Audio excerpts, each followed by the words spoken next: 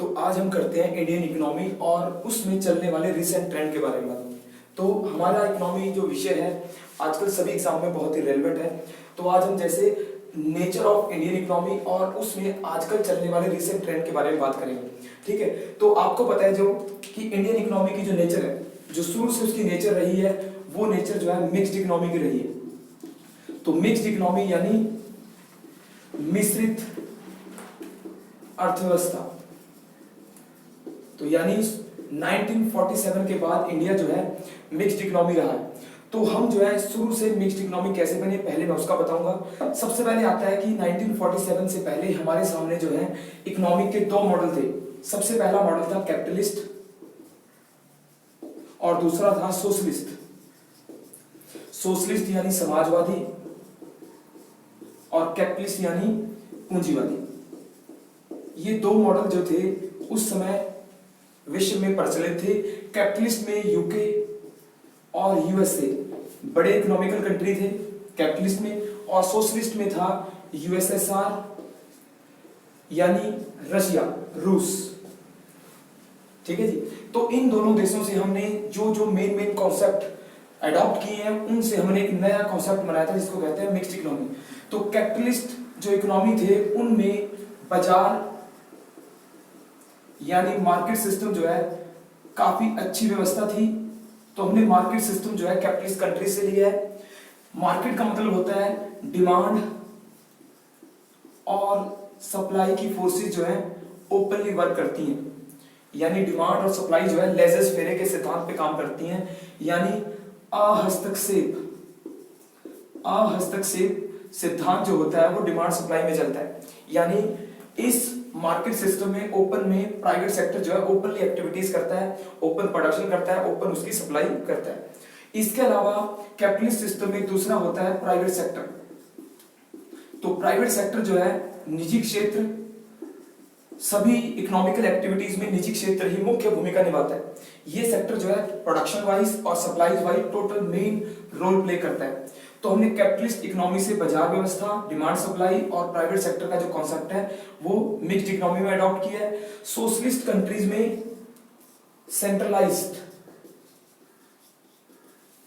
Centralised planning system या plan plus public sector undertaking, ये दो कॉन्सेप्ट जो है हमने सोशलिस्ट इकोनॉमी से लिए हैं। यानी सोशलिस्ट कंट्री जो है सेंट्रलाइज्ड प्लान के ऊपर बिलीव करते हैं, यानी वहां एक केंद्रीकृत प्लानिंग सिस्टम होता है, वहां पर प्लानिंग कमीशन काम करता है, वो जो है ऑल कंट्री के लिए प्लानिंग बनाता है और प्लानिंग के हिसाब से ही पब्लिक सेक्टर जो अंडरटेकिंग होती है, यानी सार्वजनिक उद्योग जो है डिमांड सप्लाई की फोर्सेस को अपने आप ही चलाते हैं, अपने आप ही प्रोडक्शन और अपने आप ही समाज में सप्लाई का रोल प्ले करते हैं।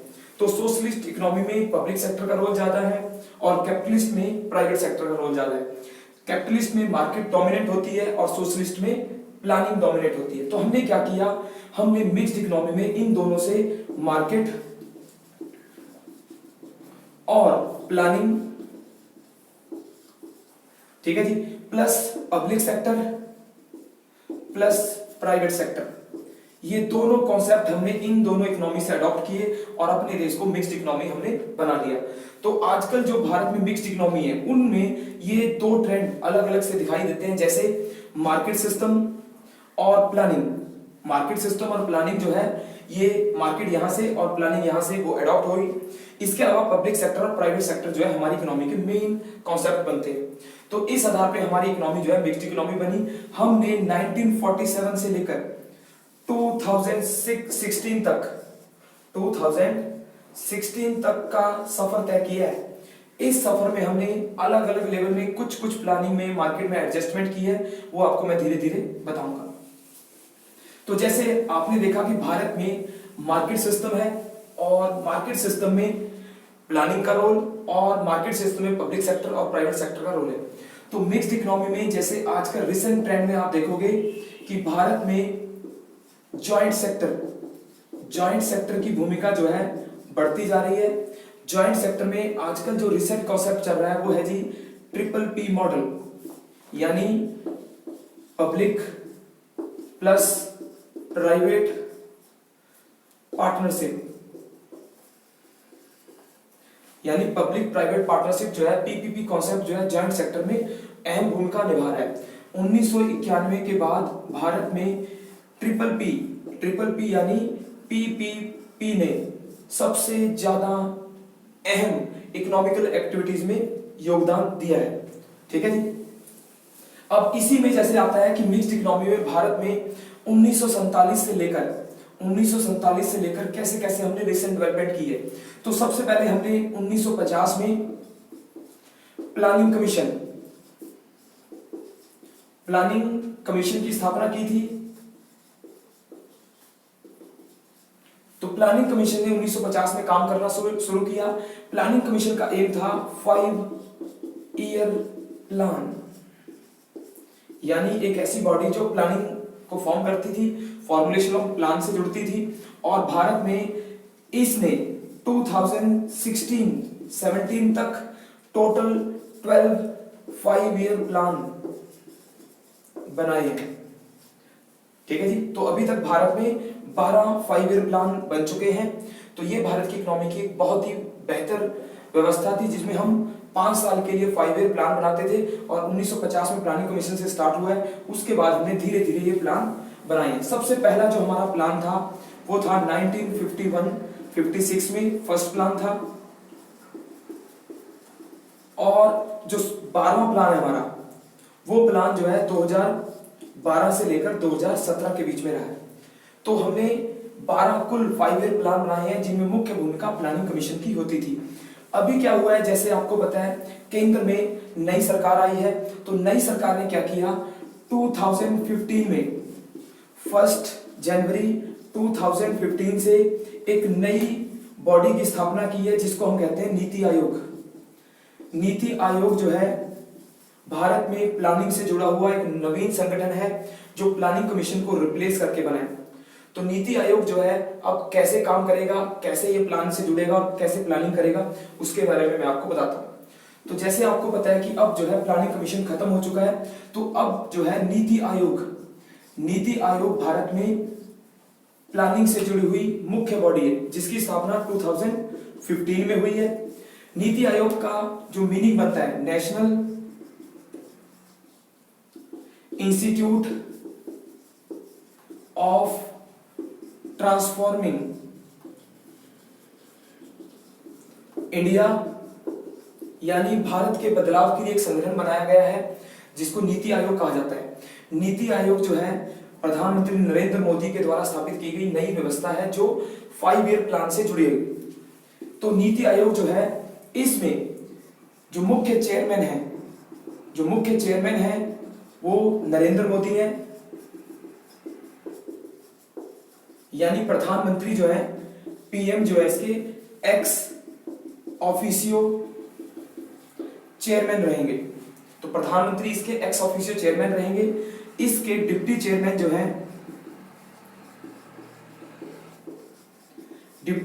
जो है अरविंद पनगड़िया है। अरविंद पनगड़िया जो है इसके डिप्टी चेयरमैन है। और इसमें सीईओ जो है अमिताभ कांत जो है इसके सीईओ होंगे। तो ये ऐसी बॉडी है जो भारत में प्लानिंग से जुड़ेगी। इसके अध्यक्ष जो है प्रधानमंत्री मोदी होंगे और अरविंद पनगड़िया जो है इसके डिप्टी चेयरमैन होंगे। इस बॉडी में सबसे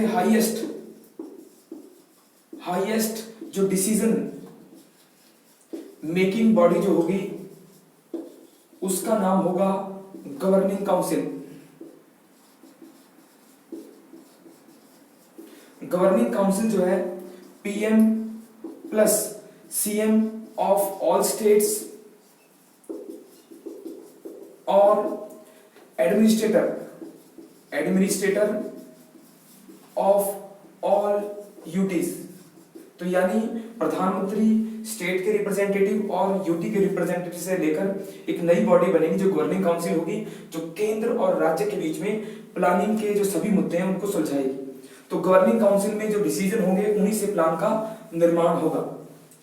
नीति आयोग जो है भारत में एक नई प्रकार की प्लानिंग करेगा, जिसको नई 21वीं शताब्दी में 21वीं शताब्दी के जो चैलेंज है उनको दूर करने के लिए, केंद्र राज्य के बीच में जो विवाद होते हैं उनको दूर करने के लिए इसमें प्रयास किए जाएंगे। नीति आयोग में 3 प्रकार के प्लान बनेंगे, जैसे 3 साल के लिए इमीडिएट प्लान,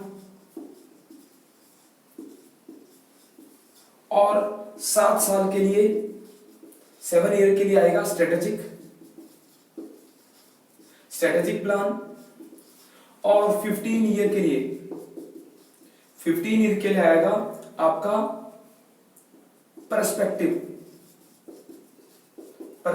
प्लान। तो यानी नीति आयोग जो है 3 प्रकार के प्लान बनाएगा। 3 ईयर के लिए शॉर्ट टर्म प्लान है जिसको इमीडिएट प्लान कहेंगे, 7 ईयर के लिए मिडिल का एक प्लान है जिसको स्ट्रेटेजिक प्लान कहेंगे, और 15 ईयर के लिए है पर्सपेक्टिव प्लानिंग जो लॉन्ग टर्म प्लानिंग होगी।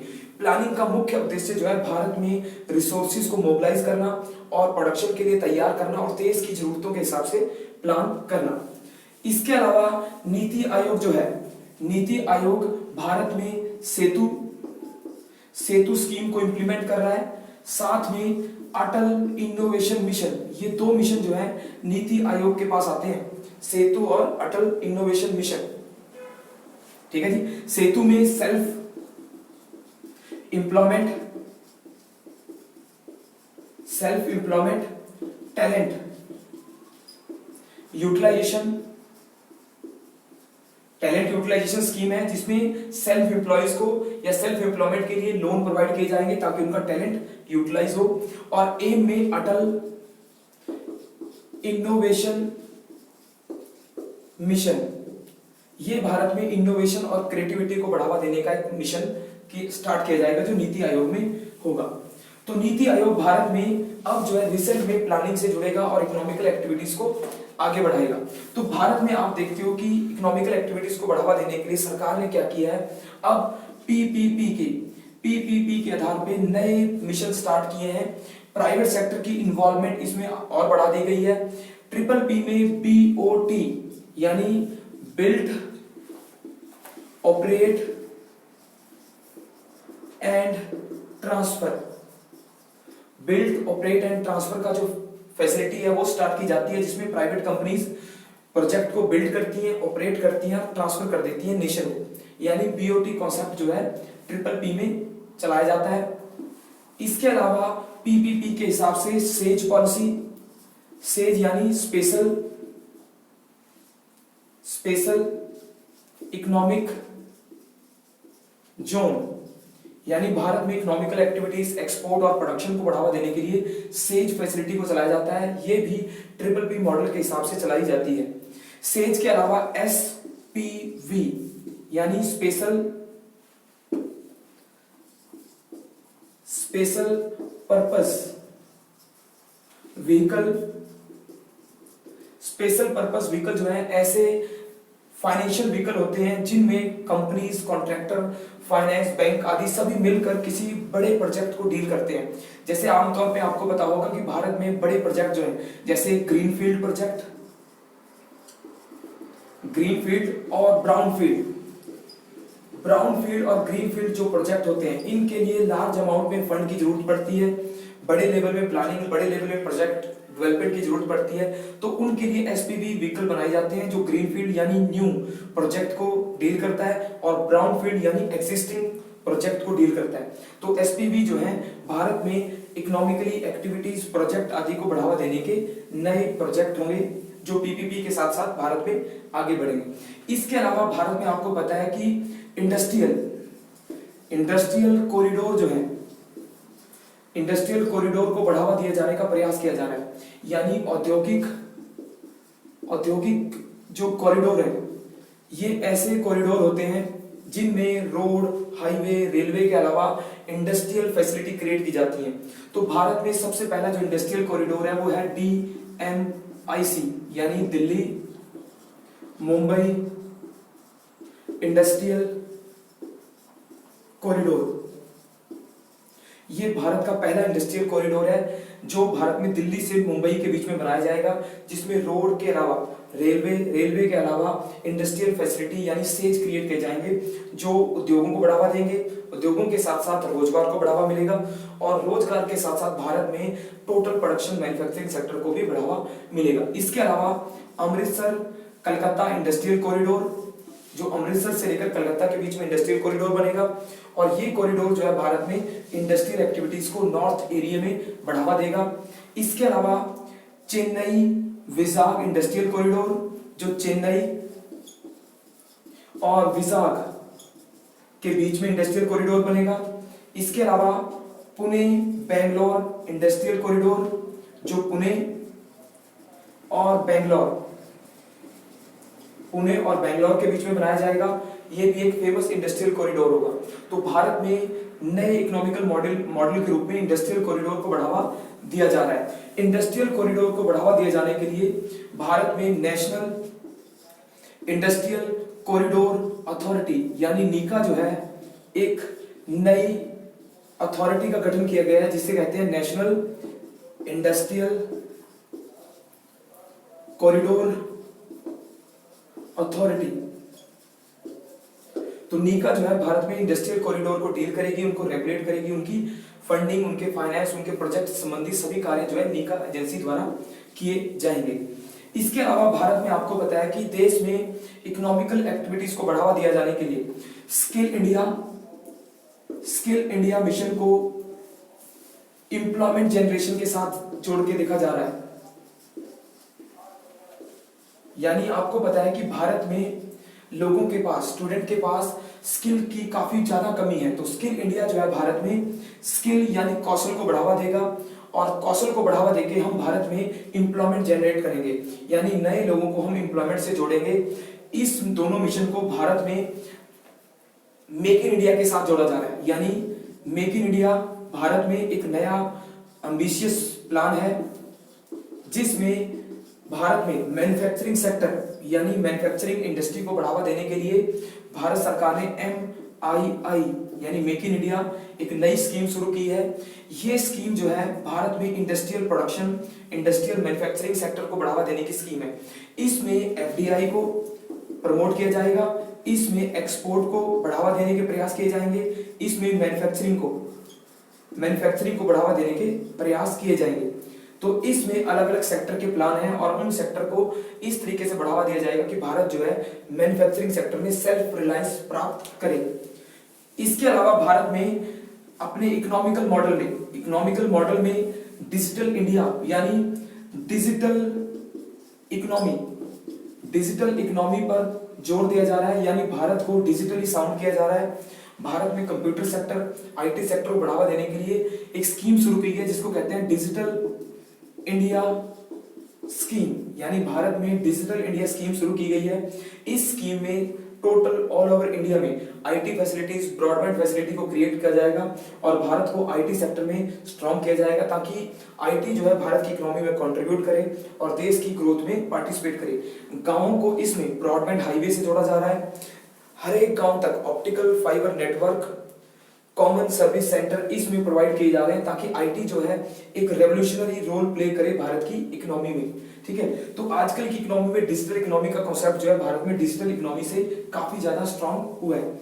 इसके अलावा भारत में आपको पता है कि पोल्यूशन की समस्या बहुत ज्यादा है, तो भारत में इकोनॉमी को ग्रीन करने के लिए यानी ग्रीन इकोनॉमी के हिसाब से देश को इको फ्रेंडली बनाना है, इकोलॉजिकल स्ट्रांग करना है, तो ग्रीन इकोनॉमी में भारत को इस तरीके से डेवलप करना है ताकि हमारे देश में ग्रीनरी को नुकसान ना हो, पेड़ पौधों को बढ़ावा मिले और पोल्यूशन ज्यादा ना हो। तो भारत में ग्रीन इकोनॉमी का कॉन्सेप्ट अपनाया जा रहा है।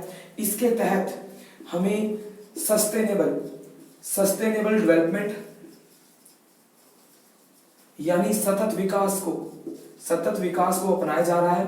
सतत विकास को अपनाकर हम अपनी अर्थव्यवस्था में विकास को पर्यावरण फ्रेंडली बना सकते हैं, इको फ्रेंडली बना सकते हैं। तो सतत विकास के लिए भारत ने क्या किया है, सबसे पहले पेरिस कन्वेंशन को एडॉप्ट कर लिया है और पेरिस कन्वेंशन को मानकर हम जो है अपनी इकोनॉमी को और अधिक ग्रीन यानी सस्टेनेबल बनाने का प्रयास करेंगे। इसके साथ इसमें हमने विंड एनर्जी, विंड एनर्जी और सोलर एनर्जी। विंड और सोलर यानी non renewable sources, renewable sources के द्वारा एनर्जी प्राप्त करने के आधार पे देश को एक बहुत बड़े लेवल में एनर्जी के आधार पे सेल्फ रिलायंस बनाना है।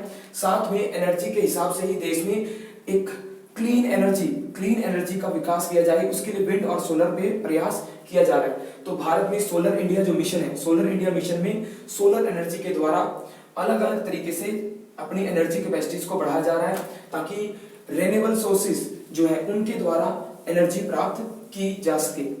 ठीक है जी।